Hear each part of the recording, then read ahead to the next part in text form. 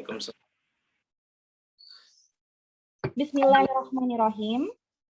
Alhamdulillahirabbil alamin. Wassalatu wassalamu ala asyrofil anbiya'i wal mursalin Muhammadin wa ala alihi wa ashabihi ajma'in amma ba'du.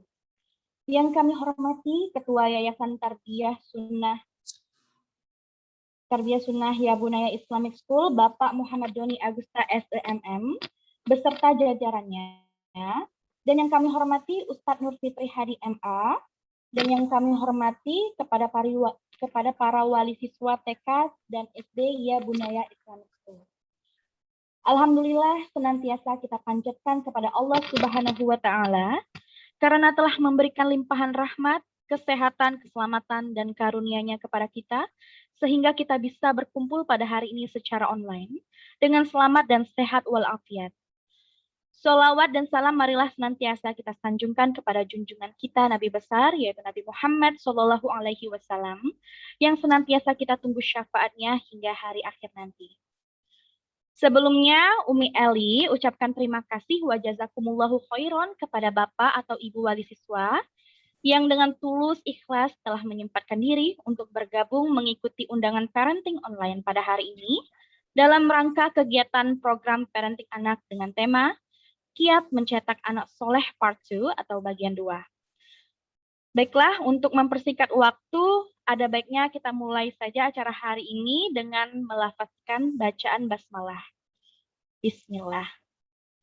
Baiklah, langsung saja kita simak penyampaian parenting online hari ini yang akan disampaikan oleh Ustadz Nur Fitri Hadi MA Hafizahullah. Tafadol Ustadz. Bismillahirrahmanirrahim. Alhamdulillahirabbil alamin. Wassalatu wassalamu ala Rasulillah wa ala alihi wa ashabihi ajma'in amma ba'du. Alhamdulillah, Bapak-bapak, Ibu-ibu serta jajaran Dewan Guru dan pengurus Sekolah Islam Ya Bunaya yang mudah-mudahan kita semua dirahmati oleh Allah Subhanahu wa Ta'ala. Pada kesempatan pagi hari ini, sebelumnya saya mohon maaf karena terlambat. Mudah-mudahan Allah Subhanahu wa Ta'ala tetap menjaga kualitas dan kekhusyuan di acara kita walaupun mulainya terlambat. Nah, kemudian pada akhir pekan ini, pada hari ini kita akan membahas tentang tema kelanjutan dari yang kemarin, yaitu tentang mencetak anak soleh. Mencetak anak soleh. Nah, tentang tema ini, materi yang saya bagikan, yang saya share di bapak-bapak, ibu-ibu ini adalah masternya saja, adapun nanti penjelasannya tentu tidak, materi yang di sini itu tidak selengkap atau masih tetap membutuhkan penjelasan. Nanti mungkin saya juga ada rencana ini, saya setelah baca-baca belum sempurna materinya belum sempurna slide-nya ini, mungkin nanti sebelum dibagikan saya minta kepada panitia, nanti saya sempurnakan dulu, baru nanti kita bagikan.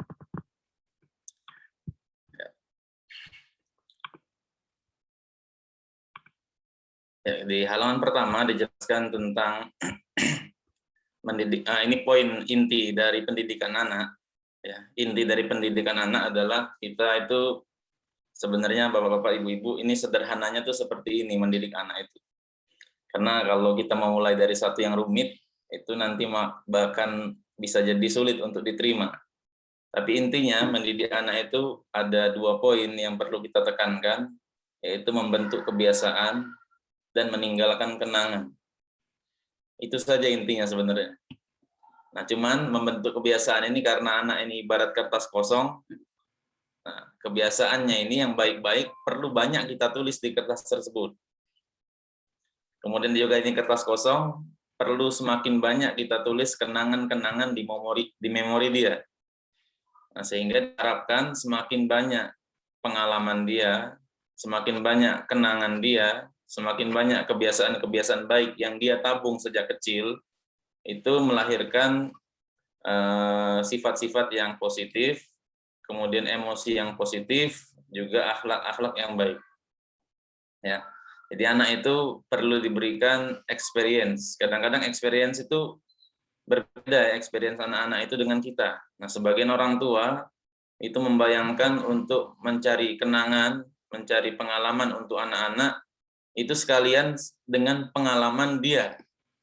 Jadi hal yang baru untuk orang tua, sekalian juga lah untuk hal yang baru untuk anak-anak. Makanya orang tua kadang terlalu repot untuk mencarikan kesenangan untuk anaknya, sampai harus liburan misalnya, harus ke luar kota, harus ke Jawa, harus ke Jogja, bahkan ke Bali misalnya. Tujuannya kata dia supaya anaknya banyak kenangan. Sebenarnya untuk masa-masa kecil ya tidak sampai seperti itu juga anak-anak. Ya, anak-anak itu ya dia cukup misal diajak jalan-jalan naik motor, sekali-sekali naik mobil, di Palembang ini ada LRT, ya, kemudian sekali-sekali naik angkot. Nah itu experience. Ya. Yang dia butuhkan tuh semakin banyak dia pengalaman. Ya, aku pernah naik ini, moda transportasi ini sudah. Dia punya banyak tabungan pengalaman. Kemudian saya pernah ke sini di Palembang, baru nanti yang lebih luas. Nah, dalam Islam step by step-nya itu ya halaman berikutnya tentang pendidikan anak itu dimulai dari yang paling sederhana ya, paling dari sederhana yang sampai mungkin orang tidak terpikir kalau dalam pendidikan anak yang tidak terkait dengan agama langsung tidak memikirkan hal-hal global seperti ini, tapi langsung berbicara tentang teknis. Ya. Nah, kemudian di sini yang pertama kita memperbaiki diri. Yang pertama kali kita mulai dari diri kita sendiri. Kalau kita ingin mendidik anak, kita berdamai dengan diri kita sendiri dari masalah-masalah yang ada. Kemudian yang kedua, memilih pasangan yang baik. Yang ketiga, berdoa sebelum berhubungan suami istri dan ada adab saat lahiran, kemudian mendidik anak, bercanda dengan anak, kemudian memilihkan sekolah dan kawan. Yang mudah-mudahan tema ini bisa selesai pada hari ini. Yang pertama, memperbaiki diri atau berdamai dengan diri sendiri. Jadi, kata orang, kita tidak bisa membahagiakan orang lain kalau kita belum bahagia. Ya, ada benarnya juga ini. Ada benarnya juga. Kita sulit kadang-kadang untuk bahagia kalau kita tidak bahagia. Seperti ibu-ibu kalau lagi ribut sama suami, itu kan males untuk beres-beres rumah. Ya. Nah, ketika kita ribut, kita sedang tidak dalam mood yang baik, ya, kita pun males untuk menciptakan suasana yang nyaman. Ya, seperti bersih-bersih rumah, nyuci ini, melayani anak, itu kan mood kita kurang. Ya. Nah, oleh karena itu kita perlu membereskan diri kita sendiri walaupun tidak 100% beres. Ya, sulit kalau harus 100% beres ya sulit. Pertama kita perbaiki diri kita jadi orang yang soleh. Ya. Hari ini yang penting lebih soleh dari hari kemarin. Ya, itu saja patokannya. Kita kalau ada orang itu pagi-pagi kadang buat note, kalau ada teori-teori kinian itu biasanya pagi-pagi ada buku namanya apa ya? Saya lupa. Ada buku namanya teori 5 teori apa ya bukunya itu. Yang menceritakan tentang bagaimana seseorang itu memulai kondisi pagi hari. Ya. Jadi pagi hari dia buat tentang kondisi dia, bagaimana hal-hal yang disyukuri di hari kemarin. Ya. Nah itu dibuat di list apa saja yang disyukuri. The 5 Club judul bukunya, 5 Club. Jadi di buku itu disebutkan bahwa kita itu perlu mencatat pagi-pagi itu apa yang kita syukuri di hari-hari kemarin, apa sudah kita capai. Nah, itu perlu kita hitung-hitung. Kadang-kadang kalau kita tidak menghitung yang demikian, kita lewat begitu saja, kita tidak sadar betapa banyak nikmat Allah Subhanahu wa taala yang Dia berikan kepada kita. Ya. Nah, kemudian baru kita bisa mempraktekkan nanti di anak kita hal seperti ini. Ini juga perlu kita praktekkan agar anak itu memiliki jiwa positif, agar anak itu pandai bersyukur, agar anak itu bisa lebih mudah melihat sisi yang baik dia pandai dalam satu masalah, dia lihat the bright side kata orangnya. Lihat sisi baiknya apa yang dari masalah ini. Nah, oleh karena itu nanti ada juga hal yang bagus diceritakan oleh orang lain. Seorang ibu itu ibu saya katanya di antara pendidikan yang paling berkesan yang diberikan oleh ibu saya, kalau kami makan bareng-bareng, ibu saya selalu menanyakan hal terbaik apa yang terjadi pada dirimu pada hari ini. Ya, ceritakan. Jadi kami yang ingat tuh yang baik-baik saja. Ya. Jadi yang baik-baik saja hari ini, walaupun pada hari itu mungkin terjadi hal-hal buruk. Tapi anaknya dilatih oleh ibunya ketika makan bareng, ya, itu malam hari mungkin makan malam hari ditanya oleh ibunya, hal apa yang menarik pada hari ini yang terjadi pada dirimu. Nah, itu perlu juga kita praktekkan ke anak-anak kita. Nih, setelah kita mampu berdamai dengan diri kita sendiri, ini juga kita bisa nularkan ke orang lain. Kemudian kita nabung kebiasaan baik. Ya, kita nabung kebiasaan baik. Hari ini kita melakukan ya misalnya baca buku 10 halaman. Besok hari ini juga kita sedekah ke orang lain dengan sedekah yang ya secukupnya untuk membantu dia makan. Itu kita tabung, latih kebiasaan kecil-kecil ini. Karena kebiasaan yang besar itu sulit untuk dilakukan. Seperti kita sholat malam itu bukan tidak perlu. Maksud saya untuk melatih diri, ya kita cukupkan dulu bagi kita yang sulit untuk sholat malam, itu sholatnya 2 rakaat saja. 2 rakaat sholat malam, 1 witir misalnya. Itu saja dirutinkan. Karena kata Nabi SAW, siapa yang membaca 10 ayat dalam Al-Quran, ya, dalam 1 malam ketika dia sholat, maka dia tidak dicatat sebagai orang-orang yang lalai. Lam yuktab minal ghafilin. Tidak dicatat termasuk orang-orang yang lalai. Nah, kita tahu Al-Ikhlas itu 4 ayat. Ya. An-Nas itu 6 kalau salah. Kemudian Al-Ikhlas 5. Al-Ikhlas, Al-Falaq dan An-Nas saja sudah 11. Ditambah Al-Ikhlas 4 ayat, jadi 15 ayat. Nah, sesederhana itu Nabi menawarkan supaya kita tidak dicatatkan sebagai orang yang lalai. Ya. Sesederhana itu. Nah, tapi kadang-kadang kita terlalu berat mikirnya. Sholat malam itu 11 rakaat. Ya. Witir 3, 8 sholat malam. Kemudian sholat malam itu habis bangun tidur jam 1/3 malam terakhir. Itu berat mikirnya. Tapi sholat malam kan kata Nabi SAW habis isya pokoknya. Habis isya sampai subuh itu sholat malam. Jadi bisa kita kerjakan habis isya. Sebelum tidur boleh. Setelah bangun tidur menjelang subuh boleh. Ya, itu hal yang baik. Yang kecil-kecil sih kita tabung untuk kebiasaan baik. Ya. Kemudian kalau kita punya masalah dengan ketika kita sudah berkeluarga, taruhlah di sini, kita berdamai dengan kondisi kita. Kadang-kadang orang berkeluarga atau dia punya trauma masa kecil, ya, trauma dengan ayah, trauma dengan ibu, trauma dengan nikah dengan suami, ya, kemudian dengan mertuanya ngatur dan lain sebagainya. Ya. Nah, itu perlu dia melapangkan dada dia, memaafkan. Ya, kata Nabi SAW, tidak Allah menambah kemuliaan pada diri seseorang kecuali dengan bertambahnya maaf dia untuk orang lain. Ini kok nama saya di sini nama istri saya ya. Bentar saya ubah dulu. Di Zoom saya. Udah bisa saya ngubahnya. Biarlah.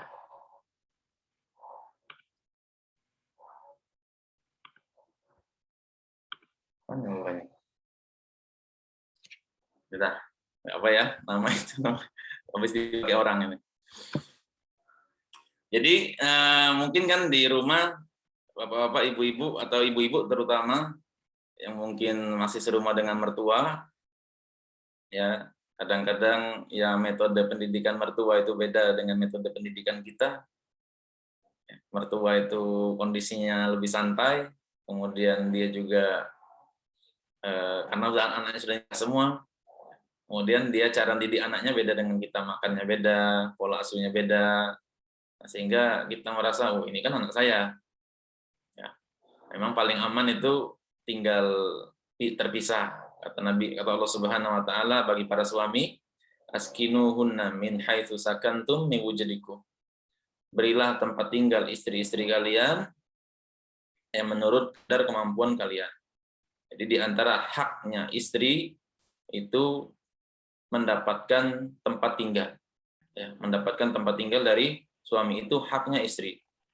Nah, bagi bapak-bapak yang hadir juga mungkin di sini, kalau seandainya istrinya diajak tinggal bersama orang tuanya, artinya si istri tinggal sama mertua, berarti bapak-bapak terima kasih sama istri sudah mau mengorbankan haknya, ya, dan tinggal pengertian dari si suami. Berarti suaminya harus lebih baik kepada istrinya, karena dia sebagian haknya sudah tidak dia berikan untuk istrinya.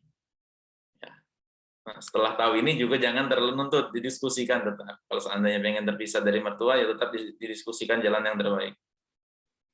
Nah, kalau sudah demikian, ya, baru kita sudah sadar kita bahwa takdir Allah Subhanahu Wa Taala, kita butuh memaafkan orang lain, ya, baru kita mulai memperhatikan diri kita, yang mulai memperhatikan orang lain yaitu anak kita. Ya, selanjutnya. Yang pertama, nah ini lagi-lagi ya, dalam Islam itu tidak hanya sekedar faktor teknis, ada faktor yang ditangkap panca indera, tapi dalam Islam itu ada faktor-faktor yang jauh di luar jangkauan panca indera dalam mendidik anak. Yang pertama yaitu memilih pasangan yang baik.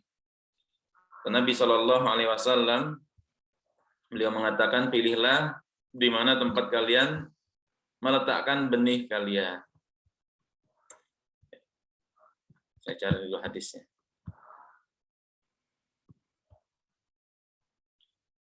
Karena genetik itu berpengaruh tanpa terasa. Ya, genetik, kata Nabi Shallallahu Alaihi Wasallam, itu memiliki pengaruh terhadap karakter keturunan. Ya, jangan disangka keturunan itu cuma mirip secara muka saja. Ya, kalau bapaknya ganteng, ibunya cantik, nanti anaknya mirip-mirip lah seperti itu. Ya, memang boleh, silakan saja milih pasangan yang tampan, tapi itu semua kebahagiaan itu kebahagiaan yang dibangun di atas keimanan. Jadi ada kebahagiaan yang asas, ini keimanan, kesolehan, nah baru kebahagiaan yang lain itu dibangun di atas kebahagiaan ini. Kalau tidak ada kesolehan, tidak ada keimanan, maka kebahagiaan yang lain itu semu, tidak bisa dibangun dia. Tidak bisa dibangun. Dia bukan sebagai pondasi. Pondasinya tidak ada, sehingga yang lain itu lemah. Ya, menjadi lemah. Nah, kata Nabi SAW, takhayyaru linutfikum fa innal irqa dasasun. Ya. Ini artinya tadi, ya. Pilih-pilih benih kalian karena genetik itu berpengaruh tanpa terasa. Kita lihat kadang-kadang ada anak yang sampai bau badan mirip dengan bapaknya misalnya. Bau badan mirip bapaknya, kemudian dia punya kebiasaan suka masak, ya, sama seperti ibunya. Dia punya kebiasaan ngambek sama seperti ibunya misalnya. Nah, itu genetik itu. Tak terasa. Oh, anak ini mudah ngambek. Oh, anak ini mudah cemas seperti ibunya. Oh, anak ini tenang. Oh, anak ini memiliki kepemimpinan. Nah, itu sama seperti bapaknya misalnya. Oh, anak ini cerdas, sama seperti ibunya misalnya. Nah, itu genetik itu membawa pengaruh seperti itu sampai. Jadi jangan dikira genetik itu cuman dari sisi fisik. Termasuk akhlak. Ya. Ibunya telaten, bapaknya sabar misalnya. Itu berpengaruh kepada si anak. Ya. Nah, kalau kita yang belum, seandainya ada akhlak-akhlak yang kurang pada diri kita, yang pertama kata Nabi SAW, innal akhlaqa mithlul arzaq. Ya. Akhlak itu sama seperti rezeki. Ya. Pembagiannya. Kalau kita banyak minta, banyak diberi rezeki. Demikian juga akhlak, kalau kita banyak minta, banyak diberi. Oleh karena itu kan Nabi minta banyak-banyak juga akhlak. Sebagaimana kalian minta rezeki. Ya, kita minta rezeki, berdoa kepada Allah Subhanahu wa taala, ya Allah, lapangkan rezeki saya, berkahilah rezeki saya, ya. Cukupkanlah kebutuhan mau sekolahkan anak. Nah, itu juga kita minta kepada Allah tentang akhlak. Ya Allah, baguskan akhlak saya, atau doa yang diajarkan, Allahumma hdini lil ahsanil akhlak, la yahdini li ahsaniha illa anta. Ya Allah, tunjukilah aku pada akhlak yang baik, sesungguhnya tidak ada yang mampu menunjukinya kecuali Engkau. Wasrif anni sayyi'aha, dan palingkanlah aku dari akhlak yang buruk. Wala yasrif anni sayyi'aha illa anta, dan tidak ada yang mampu memalingkan akhlak buruk tersebut dariku kecuali Engkau. Nah, itu dipinta Bapak Ibu-ibu. Ya. Jangan cuma minta rezeki, yang minta cuma materi. Ya, minta juga rezeki berupa akhlak. Nah, ini yang kita perlu perhatikan. Ya.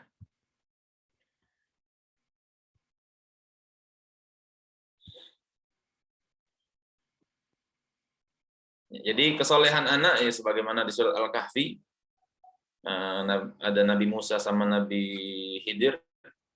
Sama Khidir itu melihat seorang anak, ya, kemudian dilindungi anak tersebut, wa kana abukuma sholih, dan bapaknya ini dulu soleh.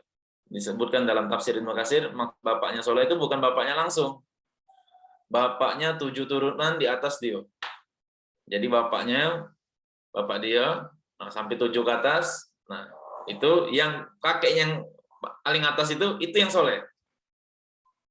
Gara-gara kesolehan kakeknya tuh yang paling atas tadi, kemudian 7 turunan dijaga oleh Allah Subhanahu wa taala. Jadi kesolehan kita juga berpengaruh terhadap penjagaan Allah Subhanahu wa taala terhadap diri kita. Jadi di antara metode parenting Islami yaitu seseorang memperhatikan doanya kepada anaknya, kemudian memperhatikan hubungan dia dengan Allah Subhanahu wa taala. Dia perbaiki hubungan Allah Subhanahu wa taala dengan dirinya, hubungan dirinya dengan Allah. Ya, itu nanti insya Allah jaga anaknya.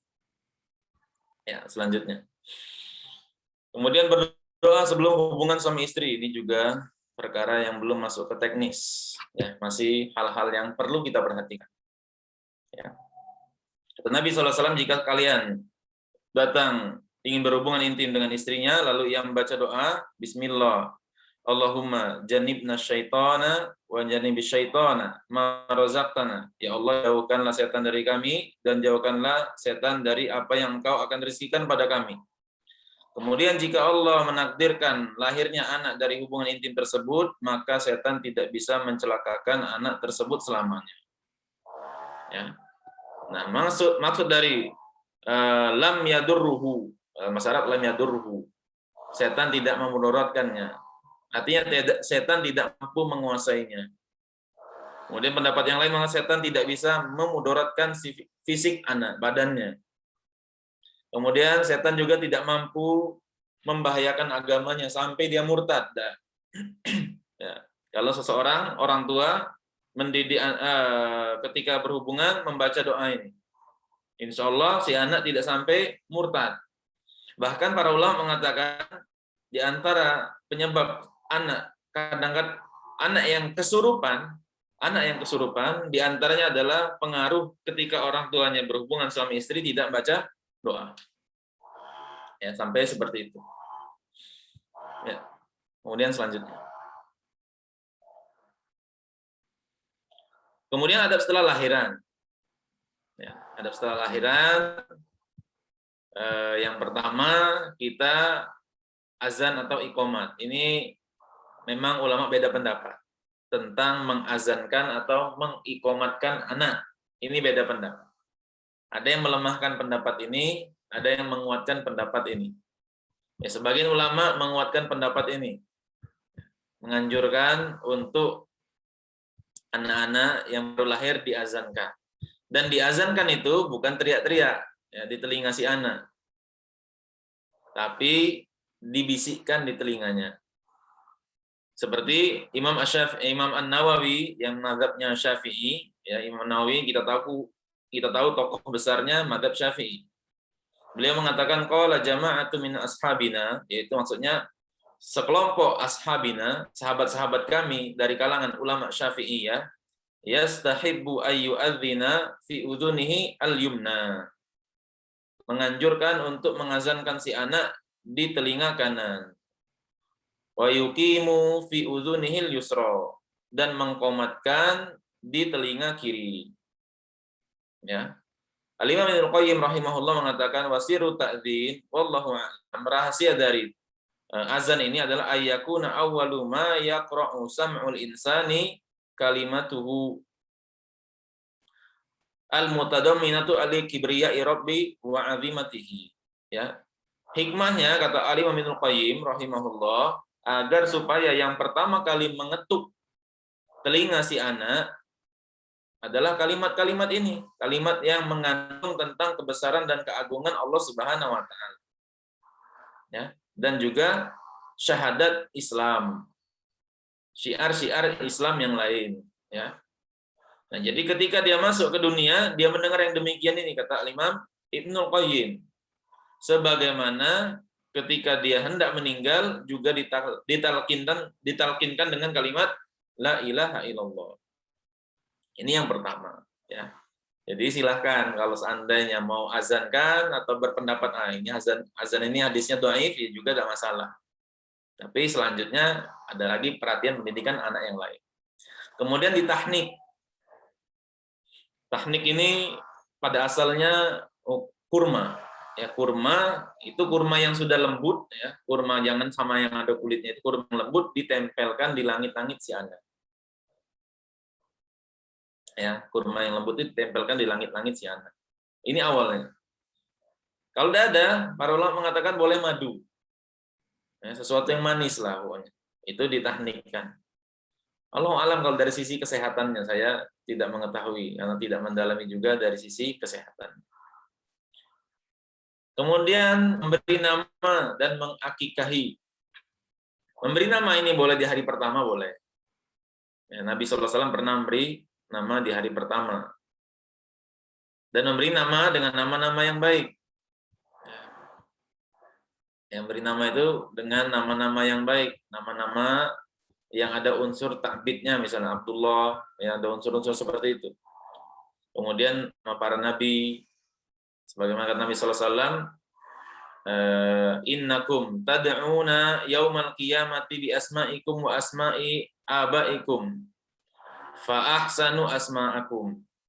Sesungguhnya kalian nanti di hari kiamat akan dipanggil dengan nama kalian dan dibinkan kepada bapak kalian. Fulan bin Anu. Nah, itu. Ya. Oleh karena itu, carilah nama-nama yang bagus, Nabi SAW. Dan para sahabat juga, Nabi SAW itu biasa mengubah nama-nama yang jelek. Nama sahabat ada yang jelek, diubah oleh Nabi. Ya. Nama-nama yang artinya jelek. Ada seorang ulama, Kibarut Tabi'in, ini bintangnya para tabi'in, Sa'id bin Al-Musayyib, itu dari kabilah Huzn. Ya, Huzn itu artinya sedih. Ya, atau jalan yang nanjak. Kemudian bapaknya ini sahabat Nabi, Sa'id bin Al-Musayyib. Nah, ketemu Nabi, namanya Huzn. Kata Nabi, namamu Sahal, landai. Tempat yang landai, yang mudah didaki, yang mudah dilewati. Kata dia mengatakan, aku rasanya tidak enak mengubah nama pemberian bapakku. Ya, artinya selanjutnya namanya Huzn. Kemudian anaknya mengatakan, Sa'id bin Al-Musayyib, senantiasa ada kesedihan, ada kesulitan di tengah-tengah keluarga kami. Jadi nama itu memberi pengaruh, ya, secara realita. Ya, nama itu memberi pengaruh secara realita. Oleh karena itu penting sekali bagi bapak-bapak, ibu-ibu memberikan anak nama yang baik. Ya, kalau tidak mampu cari di buku nama. Ya, saya sarankan jangan tanya Ustadz. Karena ya agak repot nyari nama ini. Ya, agak repot. Lebih baik kita baca nama. Kita baca buku-buku tadi, cari nama-nama yang bagus. Yang dipadu-padankan dengan anak. Memang para ulama mengatakan yang afdol namanya satu kata. Tapi boleh, lebih dari itu boleh. Lebih dari satu kata boleh. Ya. Ya, jadi cari nama-nama yang demikian. Seperti Nabi SAW ketika peristiwa peristiwa Hudaybiyah, kan itu perundingannya gagal terus. Sampai datang orang keempat, namanya Suhail bin Amr. Ya. Orang keempat datang dari utusan orang-orang musyrikin Mekah, namanya Suhail bin Amr. Nabi melihat, Suhail itu artinya mudah, Amr itu artinya urusan. Kata Nabi, siapa yang datang? Nabi tanya, siapa yang datang? Suhail bin Amr. Kata Nabi SAW, Sahalallahu amroh. Nabi optimis dengan nama tadi.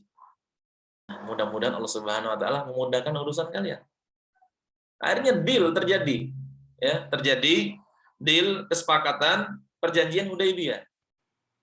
Itu pentingnya nama, ya kasih nama anaknya nggak mesti ribet-ribet tapi maknanya bagus, itu berpengaruh terhadap kepercayaan diri si anak, demikian juga terhadap fakta realita, ya kita doakan dia cerdas, namanya pakai cerdas, misalnya Akilah namanya berpikir, dia orang yang berakal, ya mudah-mudahan dia jadi orang yang berakal, yang cerdas, yang mampu merenungkan. Kemudian akikah ini ya itu tergadai, kata Nabi SAW, anak itu tergadai dengan akikah. Maksudnya tergadai di sini, para ulama menjelaskan apa yang maksud anak itu tergadai. Para ulama mengatakan, ada yang menafsirkan anak ini nanti mampu memberi syafaat kepada orang tuanya di hari kiamat kalau seandainya dia sudah diakikahi. Ya, penting. Jadi ternyata akikah itu penting. Laki-laki 2 ekor kambing, tidak masalah, kambing betina, kambing jantan tidak masalah, betina semua tidak masalah. Ya. Yang anak perempuan kambing betina, kemudian dicukur rambutnya botak, ya. Kemudian ditimbang rambutnya itu berapa beratnya, nanti dikonversikan dengan perak. Perak, misalnya beratnya berapa gram, nah perak sekian gram juga dibayar pakai uang seharga perak tadi, disedekahkan. Kemudian menyusui ini juga termasuk di antara pendekatan, ya, menghubungkan kedekatan dengan anak, untuk mendekatkan hubungan seorang ibu dengan anak secara emosional. Ya. Para ulama mengatakan ini secara emosional, menyusui itu mampu mendekatkan si anak dengan si ibu. Dan menyusui ya sampai 2 tahun boleh full seperti itu. Di bawah itu yang penting kita menyusui. Kemudian mendoakan anak. Ya, ini doa ini sering sekali saya ulang-ulang, ya, mendoakan anak. Jangan lupa anak kita doakan, karena doa ini lebih hebat, bisa jadi dari usaha. Ya, Bapak Ibu pernah dengar kisah ada 3 orang yang terjebak dalam gua. Yang ketiga orang ini telah berusaha semaksimal mungkin dengan kemampuan fisik mereka, tapi tidak berhasil membuka batu yang menutupi mulut gua. Kemudian mereka ketiga orang ini berdoa. Nah, setelah berdoa malah pintu itu atau batu itu malah terbuka. Nah, artinya luar biasa pengaruh doa. Jadi jangan lupa doakan anak-anak kita. Bahkan para ulama ada yang ditanya, ini punya anak banyak kok nurut semua, apa rahasianya? Kata dia, aku tidak pernah meninggalkan doa untuk anakku setiap sujudku. Setiap sujud tidak pernah aku lupa doa untuk doakan anak-anak. Ini yang lupa, yang ini tentu tidak ada di parenting yang lain, ya. Parenting Islami itu doa. Dan itu bahkan sangat penting sekali. Ya, kita lanjutkan. Kemudian mendidik anak dari kecil ini, usia, sebenarnya saya pengen bagi dipisah bagian antara 2 tahun sampai 7 tahun, kemudian 7 sampai selanjutnya dan besar. Nah, ini mendidik anak, tapi di slide ini saya bagikan secara global dulu, nanti saya perbaiki lagi, baru nanti kita bagikan. Yang pertama yang harus diperhatikan ketika mendidik anak, selain anak itu kita ajari ngomong, kita ajari anak itu mengucapkan la ilaha illallah.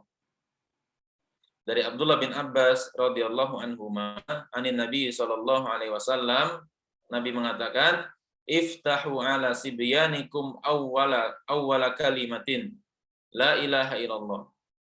Bukalah, ya, jadikanlah kalimat pembuka pada anak-anak kalian itu adalah kalimat la ilaha illallah. Walakinuhum indal mauti la ilaha illallah. Dan demikian juga talkinkan orang yang akan meninggal dengan kalimat la ilaha illallah. Wa kanat Ummu Sulaim, Ummu Sulaim itu ibunya Anas bin Malik. Anas bin Malik itu pembantunya Nabi. Wa kanat Ummu Sulaim tulqinu ibnaha Anasan, qul la ilaha illallah. Ya, qul asyhadu anna Muhammadar Rasulullah. Katakanlah wahai anakku la ilaha illallah. Katakan juga wahai anakku, aku bersaksi tiada bahwa Muhammad itu adalah utusan Allah. Bahkan ada tabi'in yang lain menyatakan, dulu para salaf itu terbiasa mentalkinkan anak mereka la ilaha illallah. 7 kali la ilaha illallah. Ayo, la ilaha, dilatih ngomong la ilaha illallah. Mereka berharap supaya ucapan yang pertama yang diucap oleh si anak ini la ilaha illallah. Ya. Jadi anak itu sudah diajarkan demikian. Ini yang pertama. Jadi anak-anak kita walaupun TK sekarang itu sudah dilatih la ilaha illallah. Apa syahadat? La ilaha illallah. Dari TK, ya, dari SD sekarang diajarkan apa kalimat syahadat itu? La ilaha illallah. Dijelaskan maknanya. Ya, maknanya dijelaskan. Maksudnya sedikit dijelaskan kan Bapak-bapak Ibu-ibu itu pengajian. Nah, dijelaskan dari yang dapat dari pengajian tadi ke anaknya sedikit. Nah, maksudnya ini, nak, kita tidak boleh nyembah kecuali hanya kepada Allah. Ya, jadi kalau kita sholat, kita jangan minta puji orang, jangan dilihat orang. Ya. Kalau kita berdoa, doalah kepada Allah. Kalau kita tawakal, tambah, kosakatanya tambah. Kata orang kan, anak itu umur 2 sampai berapa tahun? 5 tahun ya. Itu satu hari 5 kosakata baru. Yang apa? Tambah kosakata, tambah tawakal. Apa itu tawakal? Tawakal itu kita sandar kepada Allah. Nah, tambah kosakatanya, tambah kosakata yang demikian. Ya. Jadi kemudian membiasakan akhlak, ya, dan adab, salah itu. Adab yang baik. Jadi sejak kecil anak kita biasakan makan pakai tangan kanan, tidak boleh ngomong teriak-teriak, jangan ngomong teriak-teriak. Ya. Itu boleh, Bu. Bapak Ibu-ibu tidak masalah. Kalau larangan, memberi larangan kepada anak tidak masalah. Ya. Bahkan Nabi SAW dulu ada namanya, saya lupa, Ummu siapa ya? Ada seorang anak kecil, namanya Ummu siapa saya lupa. Anak kecil yang disapa oleh Nabi SAW. Sana, kata Nabi. Sana itu bahasa Ethiopia. Karena anak ini dulu hijrah ke Habasyah. Hijrah ke Habasyah, jadi dia biasa dengan bahasa Ethiopia, bahasa Habasyah. Bahasa Habasyah, cantik itu sana. Sana, cantik, kata Nabi. Dipanggil oleh Nabi dengan panggilan seperti itu. Kemudian dihadiahi kalung. Nah, si anak ini dia ngerasa dekat dengan Nabi, dipanggil cantik, dia kasih hadiah. Si anak ini pegang stempel kenabian di belakang pundak Nabi. Aku mainkan stempel kenabian, aku mainkan tanda kenabian di pundak Nabi. Bapaknya melarang. Faza jaro abi, kata dia. Dan ayahku melarangku. Nah, Nabi diam, Nabi tidak komentari, Nabi tidak ngomong. Jangan dilarang, masih kecil, tidak apa-apa. Tidak. Itu namanya sunnah tarkiyah artinya. Sesuatu yang didiamkan oleh Rasulullah, disetujui oleh Rasulullah. Ya. Ketika bapaknya melarang, didiamkan oleh Nabi. Ya. Ini pendidikan adab. Jadi kadang ada anak-anak, ya tidak apa-apa dia main sama ustaz. Datang dia main sama. Tapi jangan sampai anak ini ganggu. Karena kita ketahui kadang-kadang ya, misalnya di dekat orang soleh, ya misalnya ada keperluan, orang banyak pengen tanya sama ustaz. Si anak ini nerocos pengen diperhatikan. Oh, tuanya duduk, tunggu.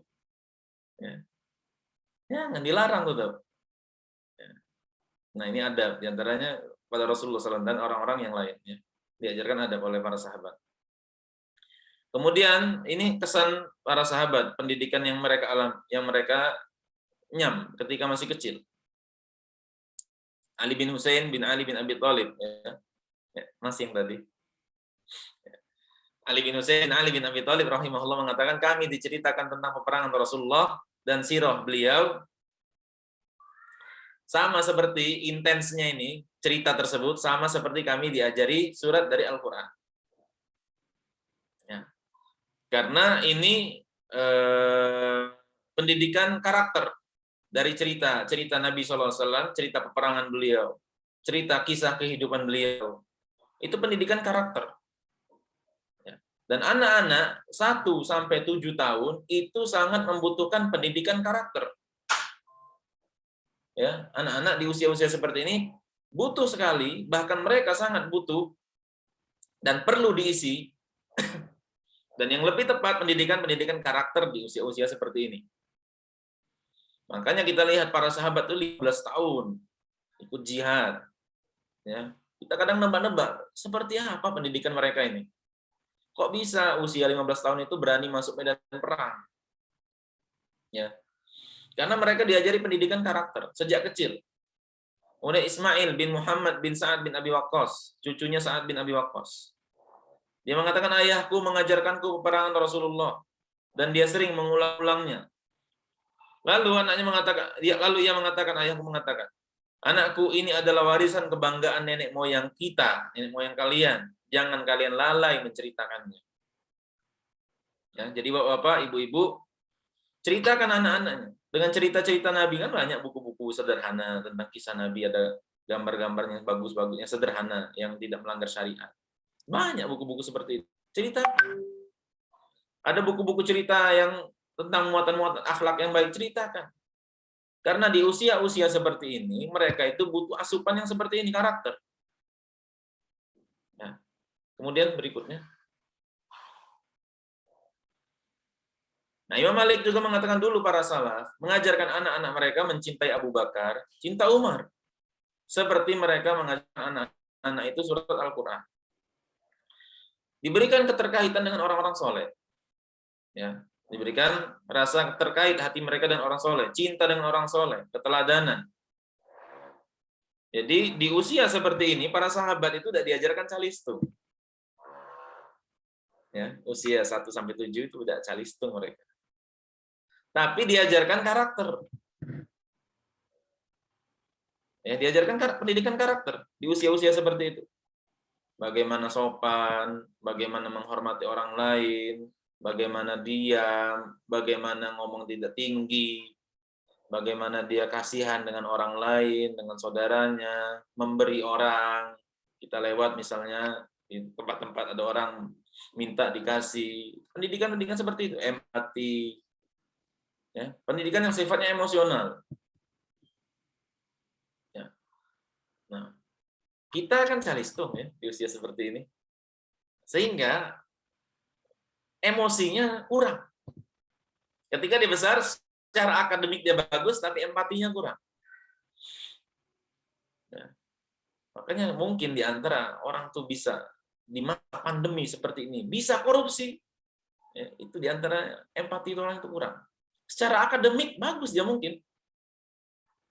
Ya. Tapi secara empati tidak ada orang itu empati. Masa jatah orang miskin pun dikorupsi. Ya. Untuk memperkaya diri. Itu masalahnya, bukan untuk dia mencukupkan makan juga. Dan yang lain-lain. Ini kita lihat di Palembang korupsi masjid. Masjid apa? Masjid Sriwijaya itu dikorupsi orang. Ya Allah. Ya. Jadi kita kadang-kadang mengajarkan anak kita itu nilai-nilai seperti itu, ya, kecerdasan, ya, apa tuh, sibuk dengan penampilan, sibuk dengan, boleh kita puji anak kita cantik, tapi jangan berlebihan. Cantik banget, pinter banget, nah, ya. Nanti dia meremehkan orang lain kalau berlebihan. Tapi boleh, karena itu memupuk percaya diri, seperti Rasulullah tadi manggil sana cantik-cantik, boleh. Supaya anak itu percaya diri. Tapi kalau berlebihan, dia bisa meremehkan orang lain. Nah, jadi yang pertama kita ajarkan pendidikan karakter, nanti dalam Islam pun demikian. Muru auladakum, baru ketika dia umur 7 tahun, baru ngerti perintah. Ya, baru ada perintah. Ini diperintahkan. Nah, jadi seperti itu kalau yang saya ketahui dalam pendidikan Islam. Kemudian berikutnya. Ya, 10 lewat sudah. Bercanda dengan anak. Bercanda dengan anak ini penting. Ya, jadi bapak-bapak jangan tinggalkan pendidikan dengan anak sibuk kerja. Senin sampai Jumat kerja. Weekend itu kumpul sama temen.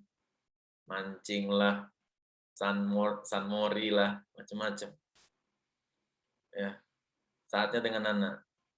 Ya, sunmori itu sudah taruhlah masa bujang ya. Sudah lewat masa bujang. Sekali-sekali boleh mungkin.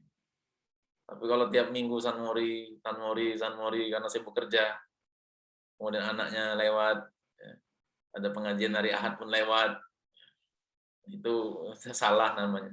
Itu sudah lewat masanya. Dan Rasulullah itu banyak sekali dikenal dengan bercanda dengan anak-anak. Di antaranya ini hadis ini.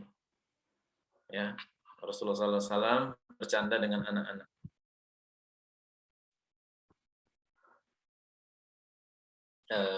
Atau Rasulullah pernah ini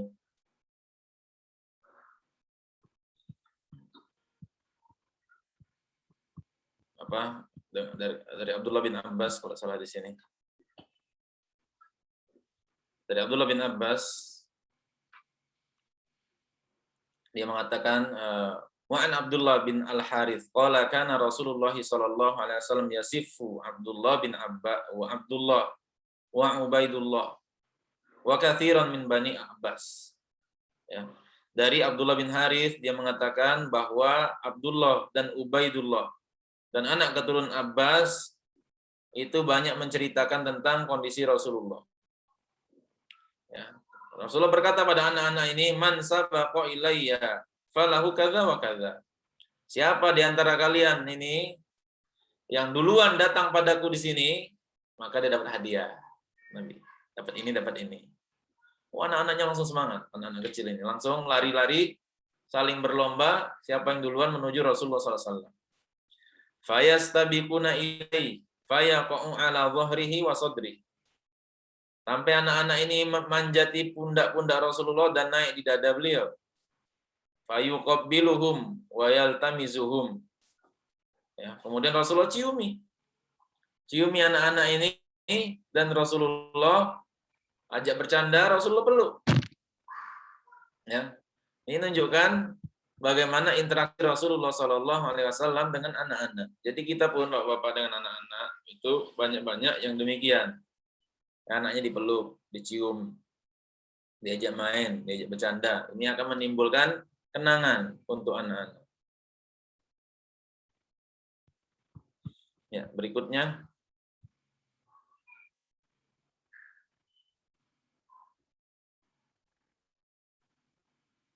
Selesai?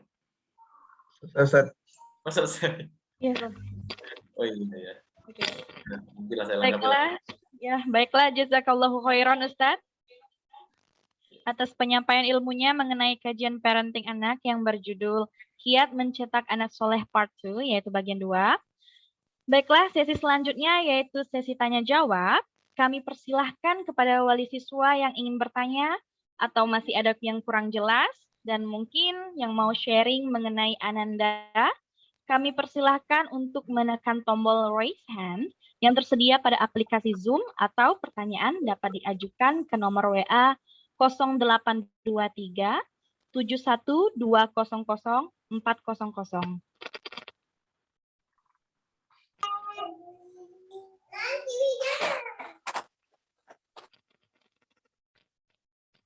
Baiklah Ustadz, sekarang kita sudah dapat pertanyaan melalui nomor WA.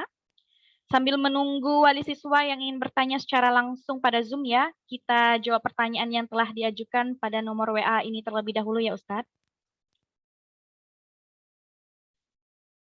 Baik, ada pertanyaan pertama yaitu, Ustadz, bagaimana kalau orang tua sudah memberikan nama anaknya yang tidak mengandung kebaikan? Misalnya, nama-nama Eropa, atau yang tidak ada arti, dan lain-lain.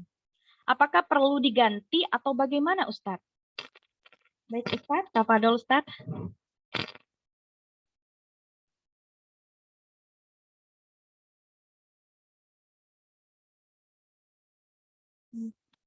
Ustadz, mohon maaf mikrofonnya Ustadz. Dengeran mikrofonnya? Dengeran ya barusan? Ya, sudah. Ya, ini apa? Untuk ganti namanya agak repot memang kalau untuk ganti nama. Karena secara administrasi nanti ganti akta, dan ganti akta itu biasanya tidak mudah karena ada, atau kalau sudah masih kecil itu perlu ngurus ke pengadilan apa gimana ya. Nah kemudian kalau sudah ganti akta, nanti ngurus lagi kartu keluarga, ya, panjang ceritanya.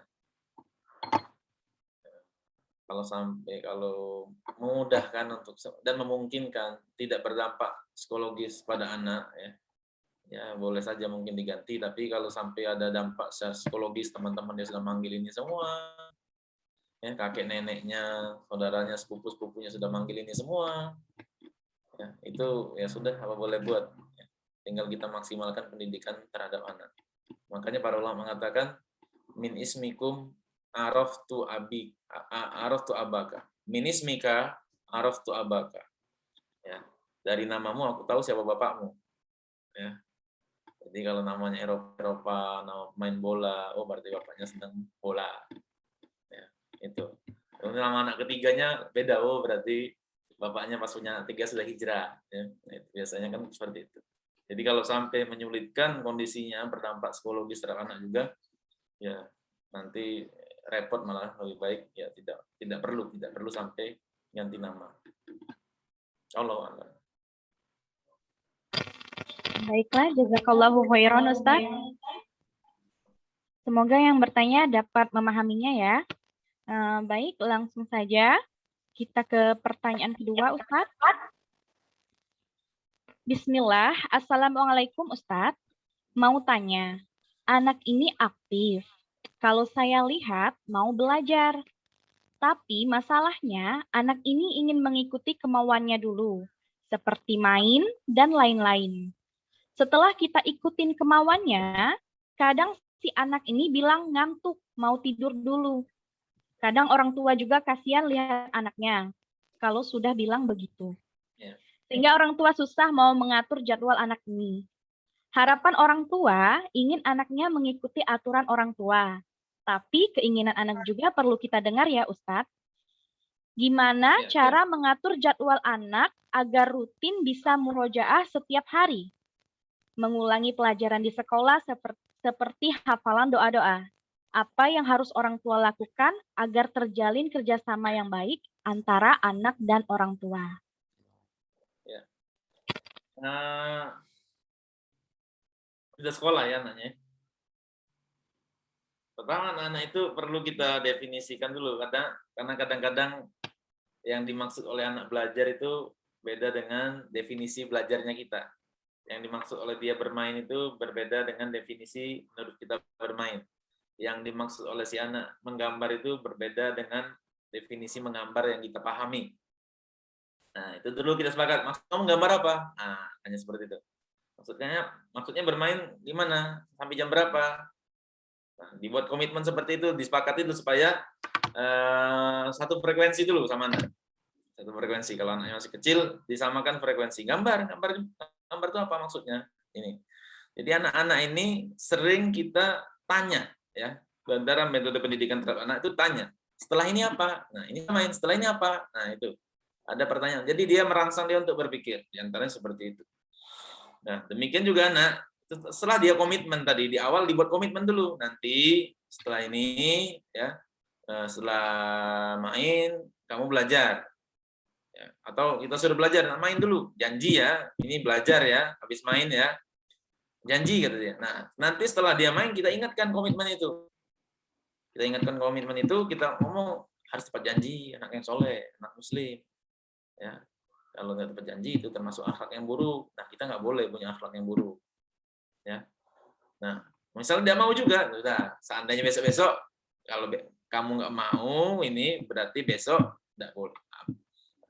Ini belum tentu kamu diizinkan. Atau besok-besok pas dia mau main, dia sudah 2 kali misalnya dapat janji, kita langsung nggak bisa, nggak boleh main.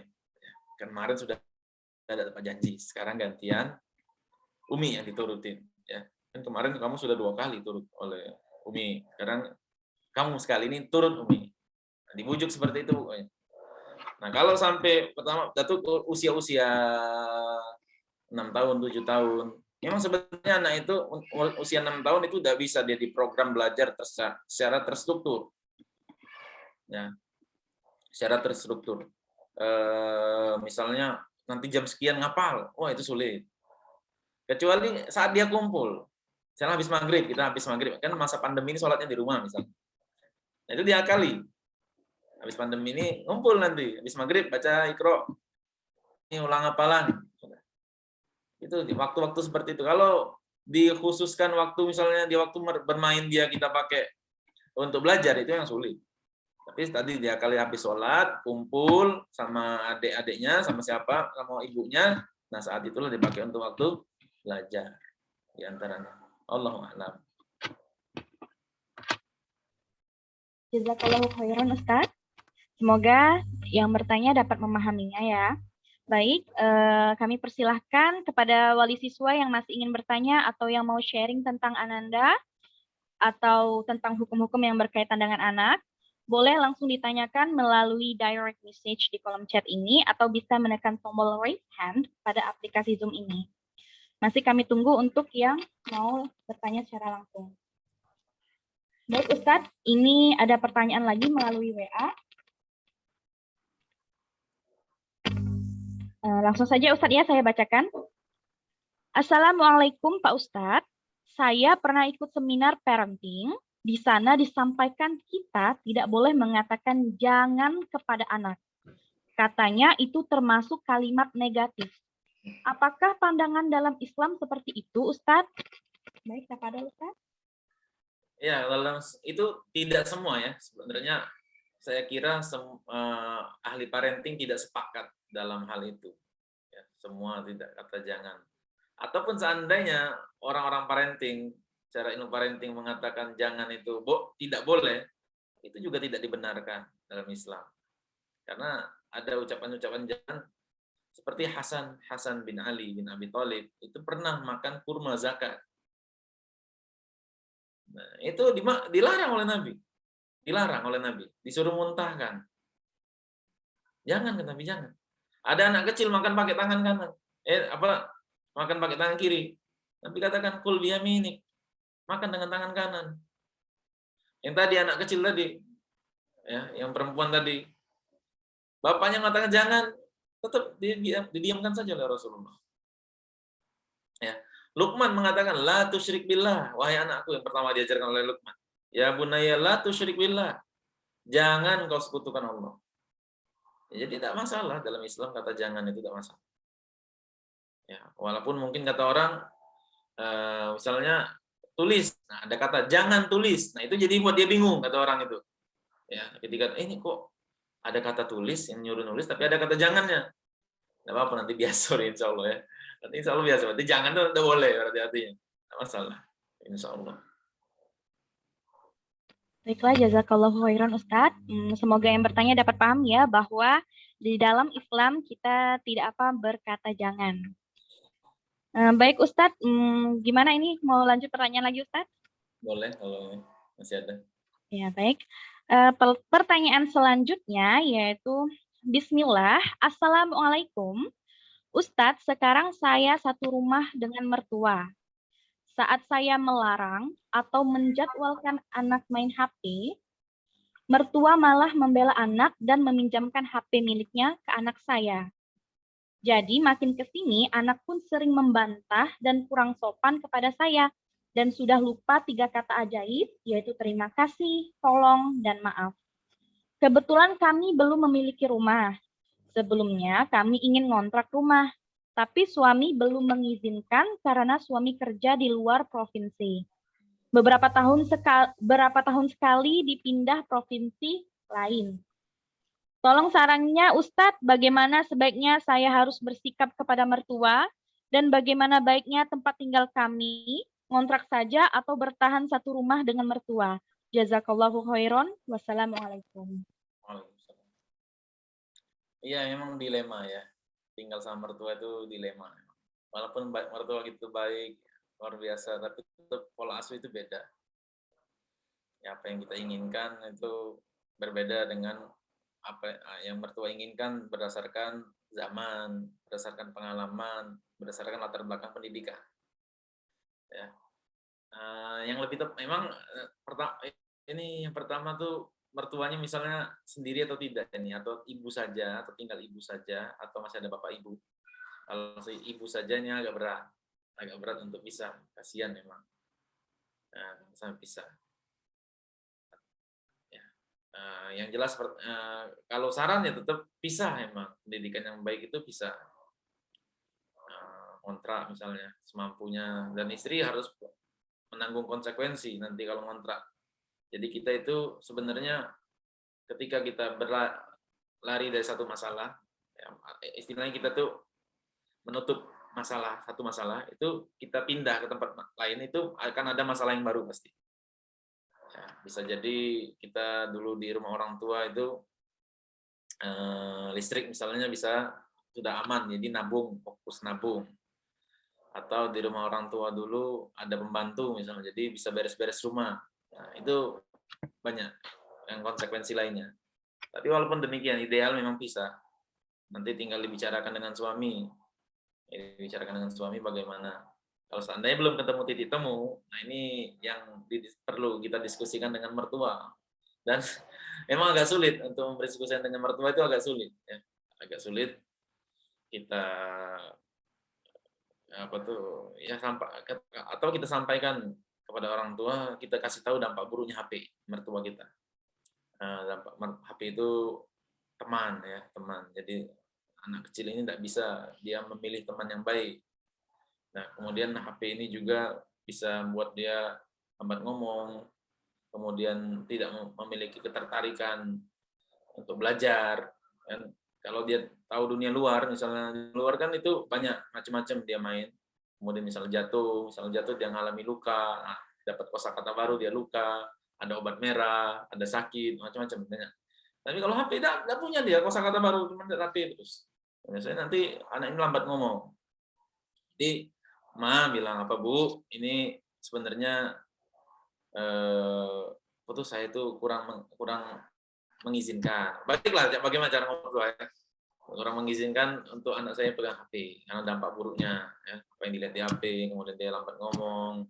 Tapi kita lihatkan juga, setelah itu jangan kita diamkan, anaknya tak diajari, kamu juga nggak ngajarin anak kamu. Nah, misalnya seperti itu masih bisa dibalik.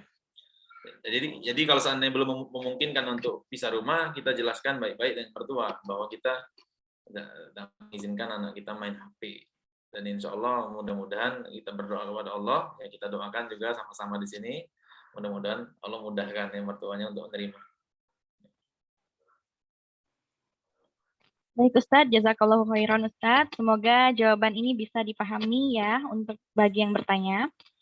Baiklah Ustadz, sepertinya ini yang tadi pertanyaan terakhir sepertinya Ustadz. Dan sepertinya sudah cukup juga ya Ustadz, karena sementara waktu juga udah hampir pukul 11:30. Jadi langsung saja kita tutup sesi tanya jawab pada hari ini. Tapi sebelum kita tutup, mungkin ada nasihat yang ingin disampaikan oleh Ustadz agar kami para orang tua bisa lebih semangat lagi untuk mendidik anak menjadi anak yang soleh dan solehah. Kami persilakan Ustadz.